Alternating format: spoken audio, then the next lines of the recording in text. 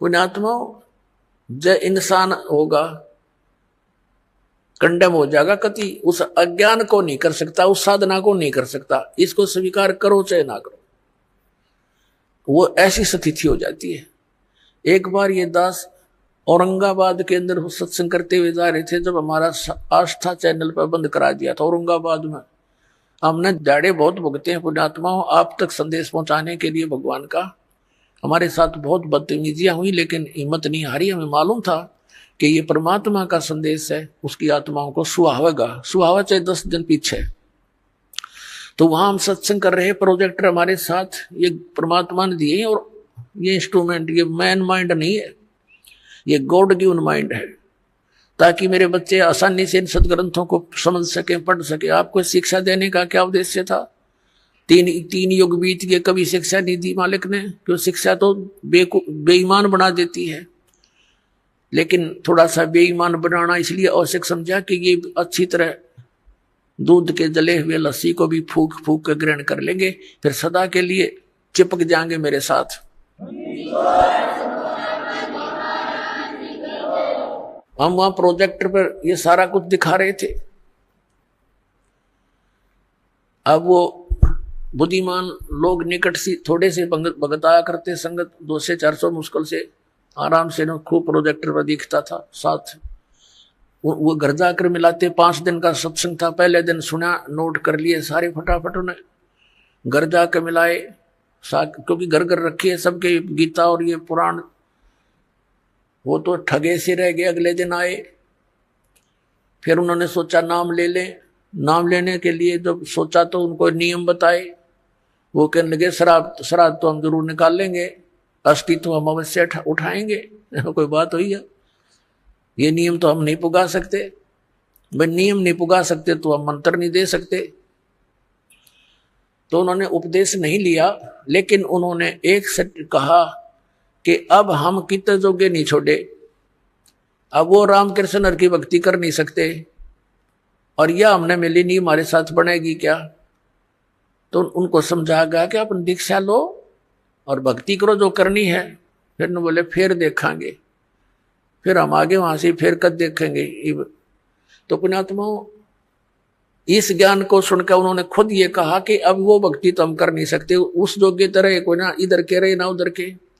उनको सिर्फ काल ने तो ये कई गड्ढे खोज रखे हैं, कोई से मतलब फंसेगा यो। और सारी बात मान ली, न बोले श्राद्ध तो निकालने पड़ेंगे अपने पूर्वजों के। अब इतना समय होता नहीं कि सब टॉपिक पर उसको थोड़ी सी देर में समझा दें, तो उसके लिए सारा ज्ञान, ये अध्यात्म ज्ञान आपने समझना पड़ेगा, रहकर सुनना पड़ेगा, तो फिर आप पे बात सेट हो जाएगी। तो कहने का भाव ये है कि इस ज्ञान को सुनकर जरा सी भी बुद्धि रखता होगा और साधना नहीं कर सकता इस पृथ्वी पे। तो फिर क्या हुआ, धर्मदास जी ने अब ना तो वह भक्ति और करी, अपनी जो ले रहा था कागज पत्र सारे धर दिए तय करके। अब बता के करूं, फिर इसका मंत्र गीता में नहीं आराम इसने रटन लाग रहे।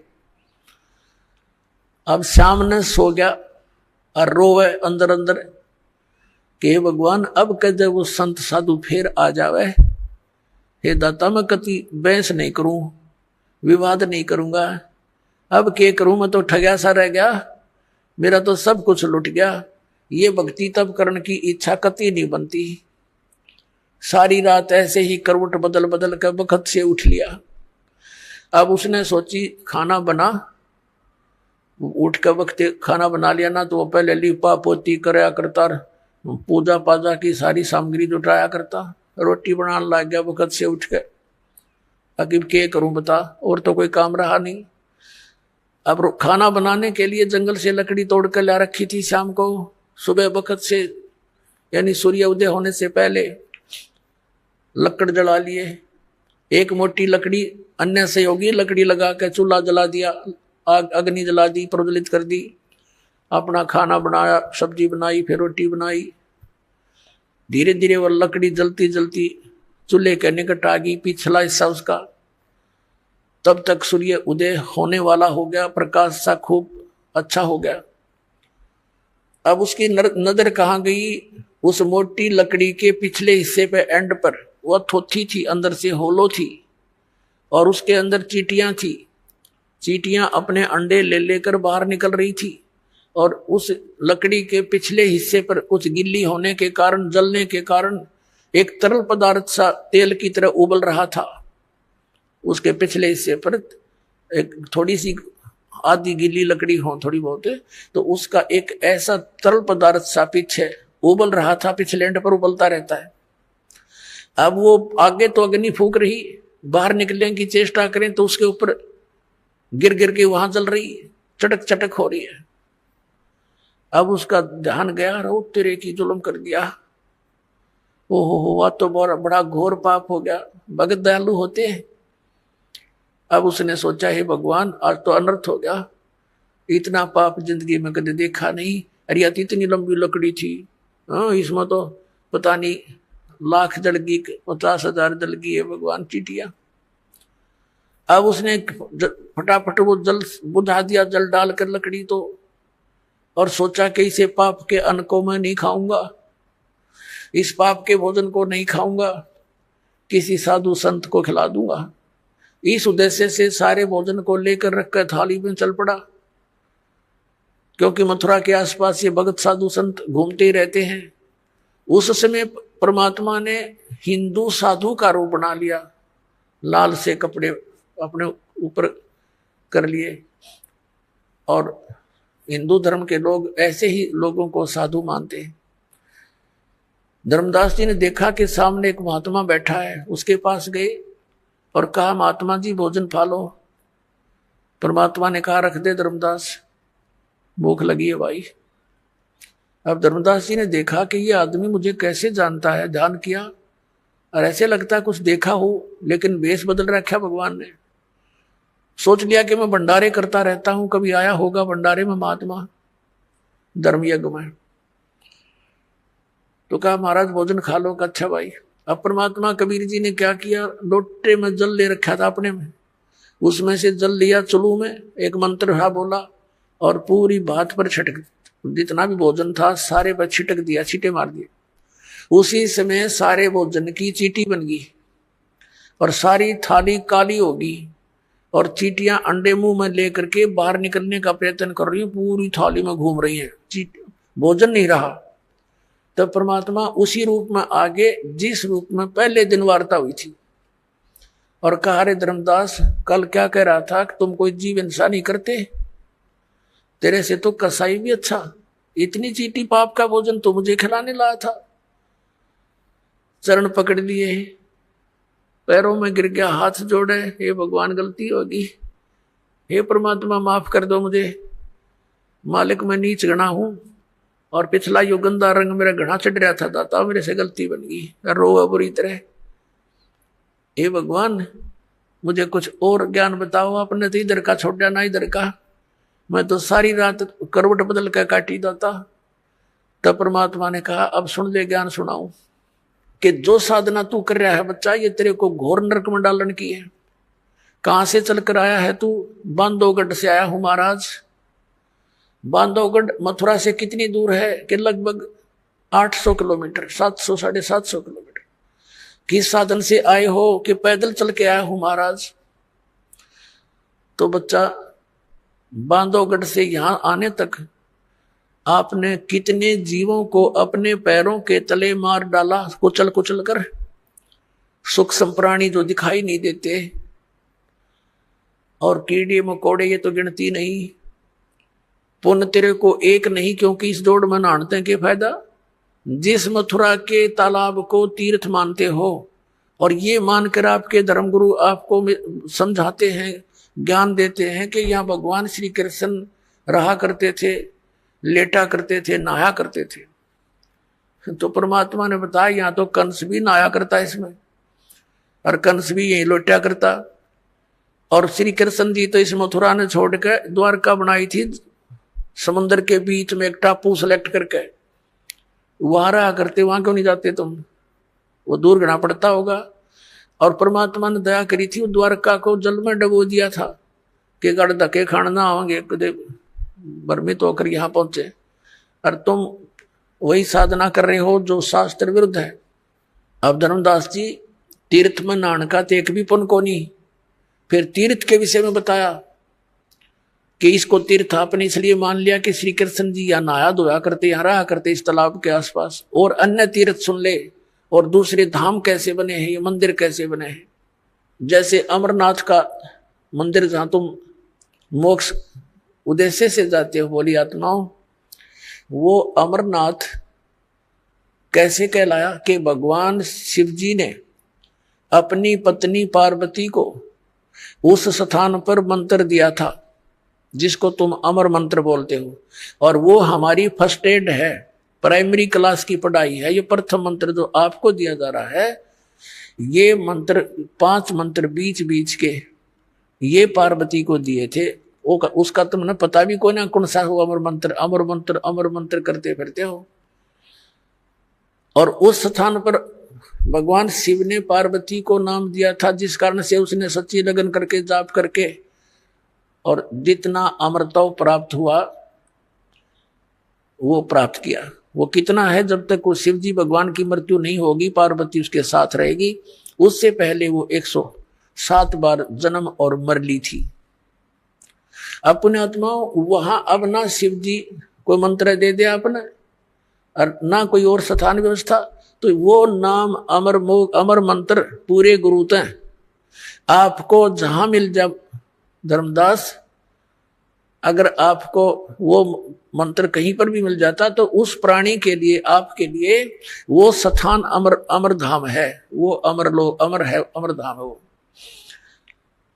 अमरनाथ का स्थान वो है उसके लिए। जैसे ही बाप जी को यहाँ बरवाला आश्रम में मिलता है मंत्रियों, तो आपके लिए तो ये है तीर्थ, ये बरवाला वाला वो तीर्थ है। लेकिन जैसे क्रोथा आश्रम में जिन्होंने मंत्र लिया था तो उनके लिए वो क्रोथा है, वो अमरधाम। लेकिन उस अमरधाम के चाटे वो तो सरकार ने खोज लिया हमारे पे, ये वहां कोई माथा टेकन जा भोला भगत बता के क्या मिलेगा, दास तो बैठा है यहाँ पर, तो आपको इस दास के पास आना पड़ेगा। और उस क्रोधाश्रम में कख नहीं।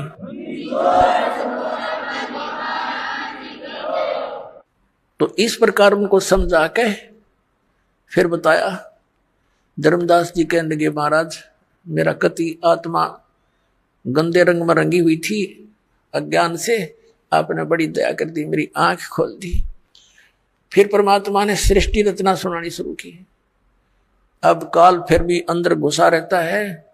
धर्मदास जी ने कहा, महाराज जी एक बात करूं, अकर भाई प्रश्न करूं, एक करो। आप कहते हो कि राम और कृष्ण यानी विष्णु जी कुछ नहीं कर सकते। ये भगवान एक बार मोर ध्वज राजा का पुत्र ताम्रध्वज आरे से चरवा के श्री कृष्ण जी ने और जीवित कर दिया था। भगवान बता हम कैसे माने उनमें शक्ति नहीं है। परमात्मा ने कहा, मैंने ये नहीं कहा कि इनमें शक्ति नहीं है, पर ये आपको मोक्ष नहीं दे सकते, आपके प्रारब्ध के कर्मों का नाश नहीं कर सकते, आपके आने वाले जो कर्म में कष्ट लिखे हैं, मृत्यु है, उसको टाल नहीं सकते। ये परमात्मा ने कहा कि जैसे मोर ध्वज राजा के पुत्र ताम्र ध्वज को तो श्री कृष्ण जी ने आरे से चिरवा के मृत्यु होने के बाद उसको जीवित कर दिया, शरीर भी सेट कर दिया, जोड़ दिया ज्यों का त्यों। इतनी पावर तो है इनमें। लेकिन इनका सगा भांजा अभिमन्यु प्रथम दिन युद्ध में मारा गया था, चक्रव्यूह में। सुभद्रा श्री कृष्ण जी की बहन थी, अर्जुन के ब्याही थी, और प्रथम दिन ही अभिमन्यु मर गया था। श्री कृष्ण रोए, सुभद्रा रोए, 500 पांडव रो, उनका कुल नाश हो रहा था। तब तेरे श्री कृष्ण जी ने जीवित क्यों ना कराया वो अभिमन्यु। अब धर्मदास फिर सुन हो गया, हे भगवान ये कारण क्या था, हमने तो ये बात कभी ध्यान में ना आई मारा। तो परमात्मा ने कहा, बेटा अभिमन्यु की आयु इतनी ही थी, प्रारब्ध इतना ही था, और उस ताम्र ध्वज की आयु शेष थी। वो तो बीच में जाकर वो पंगा लिया था तेरे कृष्ण जी ने और वो जीवित कर दिया। वो तो जीवित था ही, उसकी तो आयु शेष थी, और इसको जीवित नहीं कर सका क्योंकि उसका आयु शेष नहीं थी। इसलिए ये आपके प्रारब्ध में आपके कर्म के कष्ट को अवॉइड नहीं कर सकते, खत्म नहीं कर सकते। अब कहने का भाव ये है कि परमात्मा ने फिर सृष्टि रचना सुनाई है। धर्मदास जी फिर थोड़ा सा कच्चा बोल गया, कहने लगे महाराज जी जैसे सुदामा जी का थोड़े से चावल खा के और एक महल बना दिया था सुंदर, परमात्मा कहने लगे भाई तेरी बुद्धि तो कति गड्ढे में पड़ी है बेटा। अरे के कला तोड़ दिया, एक महल बना दिया था, एक मंत्री बनवा दिया अपने मित्र का, इतना महल था यहाँ के मंत्री राजा लोग बना दे, इस तो मोक्ष हो गया उसका सुदामा का। ना मोक्ष श्री कृष्ण का, जन्म मृत्यु कृष्ण की मिटे, श्री कृष्ण की मिटे नहीं, ना सुदामा की उसके पुजारी की। तो पुण्यात्मा धर्मदास जी कुछ कहने लगे महाराज जी आप तो हमारे देवताओं के पीछे पड़ लिए। परमात्मा बोला भाई बाढ़ में जा। मैं उसी टाइम अंतर ध्यान हो गए परमात्मा, और वो लगा रोन बुरी तरह, अरे भगवान गलती होगी, हमारे साथ तो ऐसी बनी हुई है, काल ने इतने रंग दिए, हम कति खराब कर दिए अंदर से। अब रो रहा है, देख रहा है ऊपर और नीचे, ये भगवान कहाँ गए। अब उसके बाद बरसाने में जाते हैं, ये मथुरा से फिर बरसाने में जाते हैं। बरसाने में ना जानते नहीं होगा, मथुरा गया हुआ यात्रा पूरी नहीं। बरसाने में किस लिए जाते हैं कि राधा बरसाने की लड़की थी और श्री कृष्ण से मिलने आया करती थी। तो उस समय के लोग तो उसको गुंडी बुंडी कहा करते कि गैर पुरुष से मिलने जाती है, या पूरा गांव विरोध करा करता, लेकिन वो नहीं मानी फिर भी। तो अब उस वहां जाके क्या कहते हैं, राधे राधे श्याम मिला दे, राधे राधे श्याम मिला दे। देख किसी डले डुआ रखे, वहां ना राधे और ना श्याम, उड़ा टेलीफोन मिलाओ जाके। अब ये अकल मार रखी हमारी। अपने आत्मा धर्मदास जी वापस चल पड़ा अपने घर को कि ईब तो वो महाराज जी कति नहीं मिल रहे, बिल्कुल नहीं मिले। मैंने तो नालायक आदमी हो, देख कैसे गलती कर दी और दूसरी बार कर दी। घर की तरफ चल पड़ा रोता हुआ। अब परमात्मा गरीबदास साहिब जी ने अपनी वाणी में कहा है, तावा रोवत धर्म निनागर, कहाँ गए मेरे सुख के सागर। कल्प करे और मन में रोवे, दसों दिशा को वो मग जो है। दसों दिशा को ऊपर न देखे, कदे ऊपर न उड़ गए हो, साइड में हो, इधर हो, पीछे हो, कदे नीचे खड़े हो कहीं। कहते हैं कल्प करे और मन में रोवे, दसों दिशा को वो मग जो है। अधिक वियोग हुआ हमसे ती, जैसे निर्धन की लुट जा खेती। बेग मिलो कर हूं अपघाता, मैं ना जीऊं सुनो विधाता। अब रो रहा है, क्योंकि मैं मालिक जल्दी दर्शन दे दो, हे विधाता अब मैं जीऊं नहीं गा आपके वियोग में। ऐसा ज्ञान अचल सुनाया, ओए होए, ऐसा अचंभित करने वाला ज्ञान आपने मुझे सुनाया।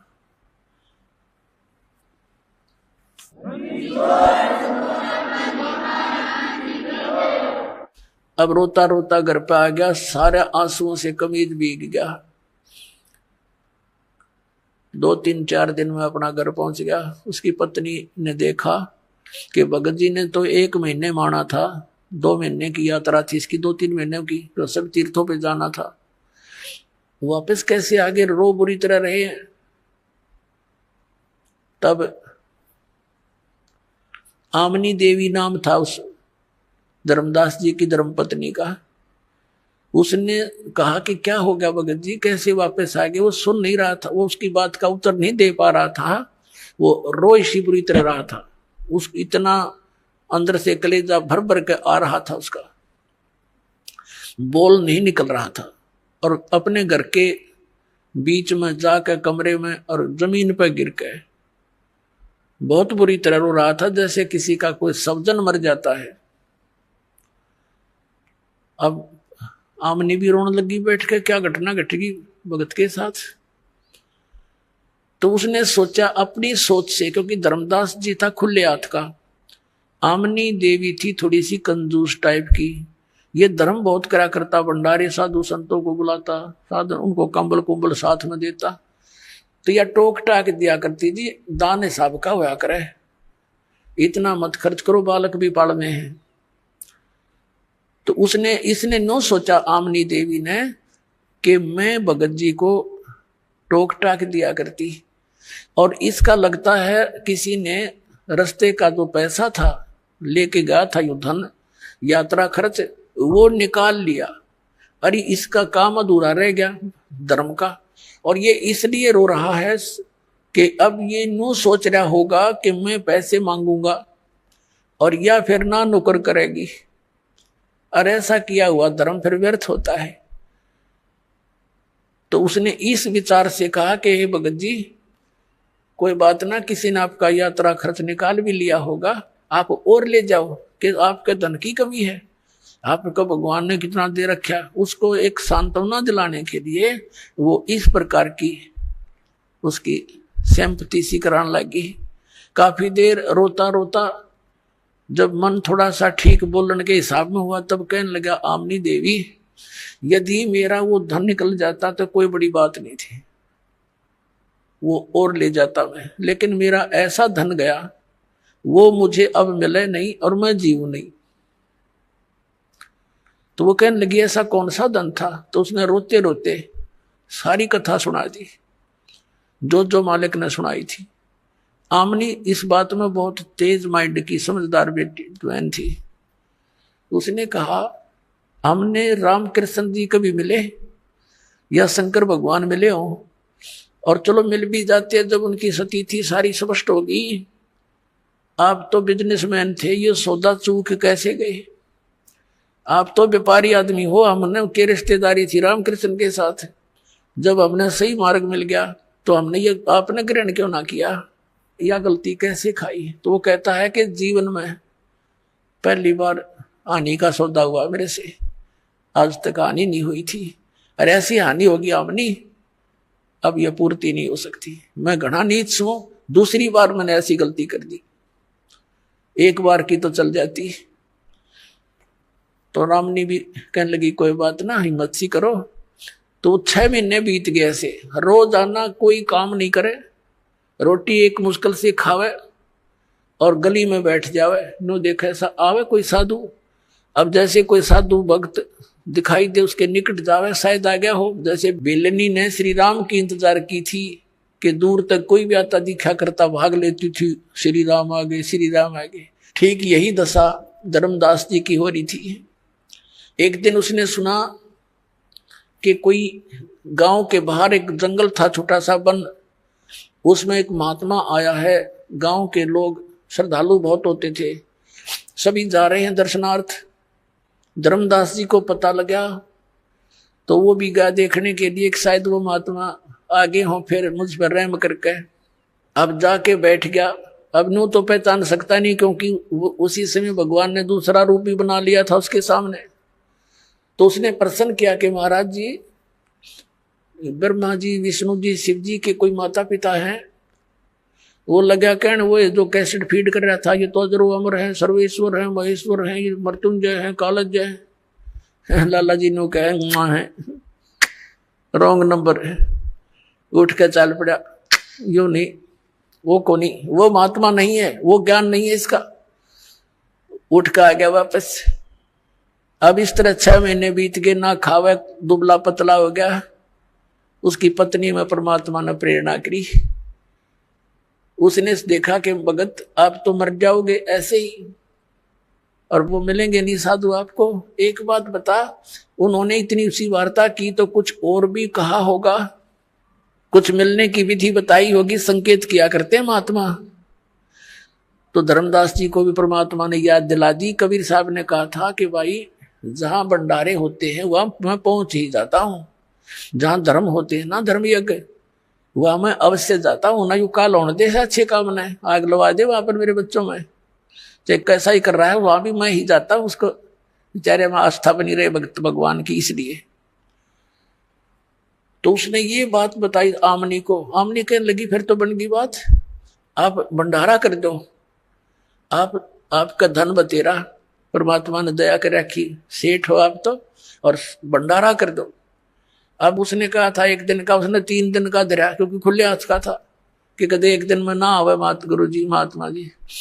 3 दिन का धर्म भंडारा कर दिया और बहुत दूर तक चिट्ठियां भेज दी। अब साधु संत आए प्रथम दिन, और धर्मदास जी तो अपना वो जैसे सर्प की मणि गुम हो जाती है, वो तो वो ही देखता है। भंडारा खाने वाले खा रहे हैं, खिलाने वाले खिला रहे हैं, और वो यूं देखता जा रहा है। देखा कि नहीं आए, सारा दिन गया। फिर बैठ कर रोया सारी रात।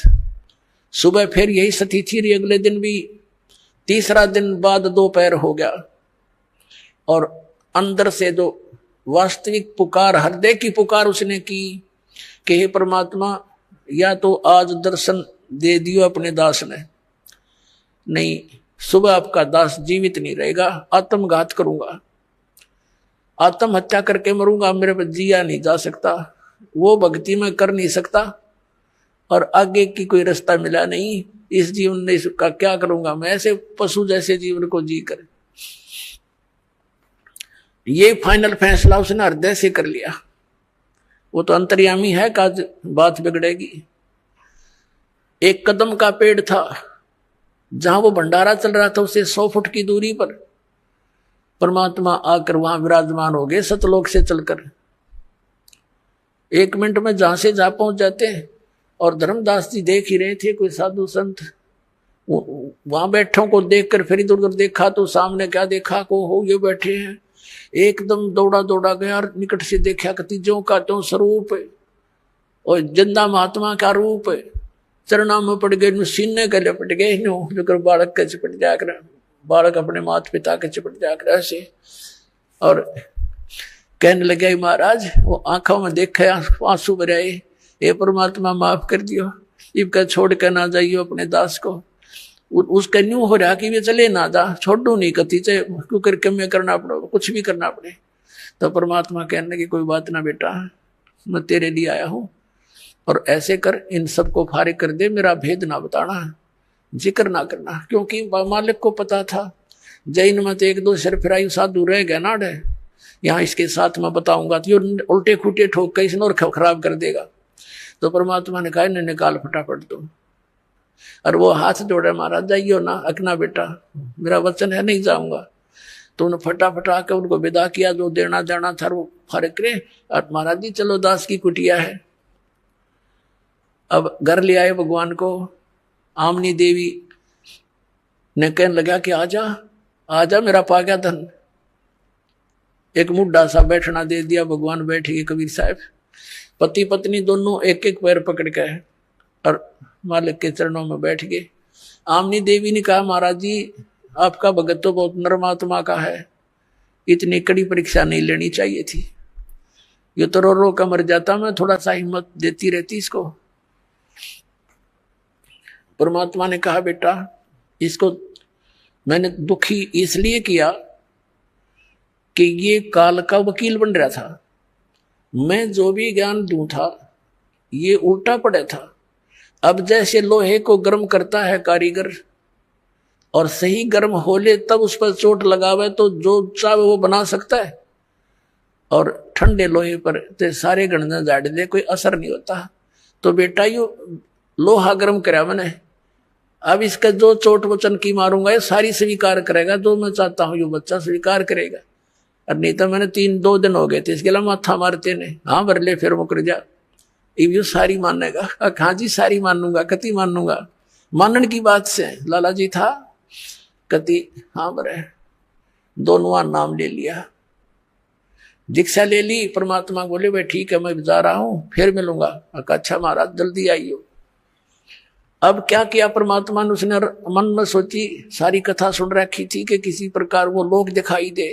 परमात्मा अपना गवाह बनाना चाहते थे, उस आत्मा को निकाला सूक्ष्म रूप में आकर और सतलोक में लेकर गए।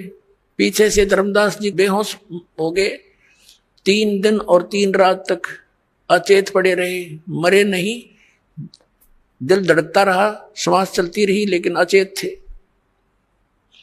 रिश्तेदार इकट्ठे हो गए, आसपास का गांव जितने भी थे सब बहुत गुने लोग, क्योंकि सेठ था। जंतर मंत्र झाड़े, सब दवाई जड़ी बूटी कर ली, कोई आराम नहीं हुआ। और परमात्मा निकाल कर ले गए सतलोक में। सारी सती थी दिखाई, जैसे परमात्मा ने अन्य आत्माओं को दिखाया था। आदरणीय अमलुकदास साहिब जी को, आदरणीय नानक साहिब जी को, आदरणीय दादू साहिब जी को, आदरणीय गरीबदास साहिब गांव छुड़ानी जिला ददर वाले को, आदरणीय घीसा दास साहिब जी गांव खेखड़ा जिला मेरठ उत्तर प्रदेश वाले को। ये तो दास के नोटिस में है, बाकी और तो बहुत गणे पुण्यात्माओं को साथ लेके होंगे। तो ऐसे धर्मदास जी को भी सब दिखा दिखू कर वापस छोड़ा तीसरे दिन। और धर्मदास जी जब उठे सचेत हुए, महाराज जी कहाँ है, महाराज जी कहाँ गए, कहाँ गए, अरे कहाँ गए। अब घर वाले ने सोचे चलो ये भगवान जीता गया, यूं जीवित तो होगा। और परमात्मा ने कहा था मैं काशी के अंदर वाई दुलाहे का काम करूं और सतनाम दूंगा, वहां आ जाइए। अब फिर वो कहाँ रुका था, सीधा पहुंचा वहां पर काशी में। वहां देखा भगवान के चरणों में गिर गए और फिर सारी वार्ता हुई। अब पुण्यात्माओं, दास ने क्या बताना चाहा था शुरुआत में कि आप जी जो है कितने पुण्यकर्मी प्राणी हो। परमात्मा ने उस समय कहा था, धर्मदास ने जब देख लिया आंखों सारा और कहा भगवान आपको देख लिया, सारी स्थिति का पता लग गया, ब्रह्मा विष्णु महेश से मेरी वार्ता आपने करवा दी। ये अपने आप के हमारा नाश जन्म मृत्यु होता है। तो इसका मतलब मालिक ये वेद और जितने भी